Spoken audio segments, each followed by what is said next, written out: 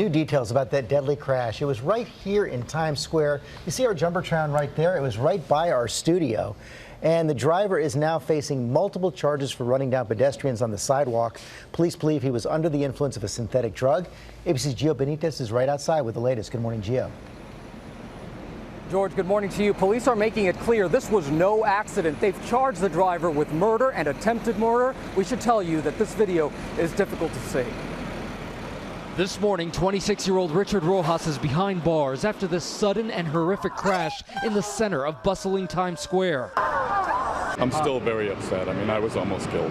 In this new surveillance video, which is difficult to watch, Rojas's car can be seen making its way slowly down the street, then suddenly taking a swooping U-turn, plowing through the crowd.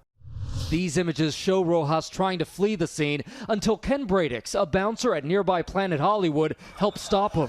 But you went over there and you tackled him. You stopped him. I stopped him. From doing any more damage. That's correct. Did he say anything to you? He was just screaming, but there were no words. There were no words? No words, just screaming. More than 20 pedestrians injured, one killed. 18-year-old Alyssa Elsman in town visiting the city with her family from Michigan. Annie Donahue was walking right next to her right before she died. Her purse was like a foot away from her and she was dead. And that was the woman who you were walking right next to? And then I decided to cross the street. And 30 seconds later, she was dead.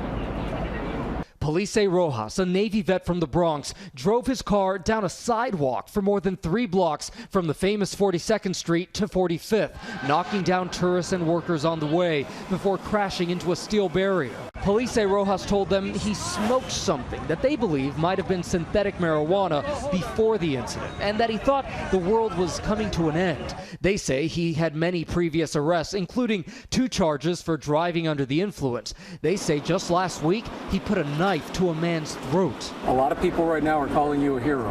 I don't consider myself a hero. I would just do something that I hope people would do because I was really trying to do the right thing. A true hero right there. And now police are still investigating, but at this point, they don't believe that this was terrorism. The driver will face a judge this morning. George and Robin.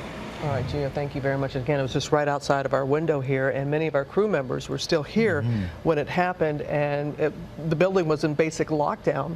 No one could come and go because they just didn't know what was happening. Yeah, and we know this can always happen at a place like this with so many tourists out front. That's right.